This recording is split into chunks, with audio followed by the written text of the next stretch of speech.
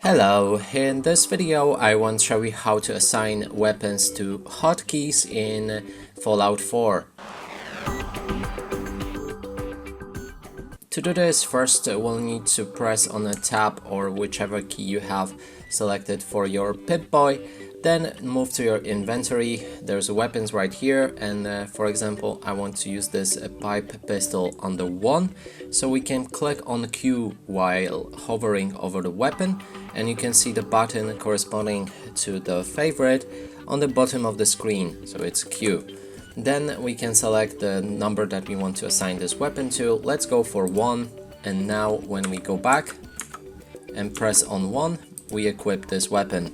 And that's it for this video. Hope you like it. Please consider subscribing to our channel, leave a like and a comment below.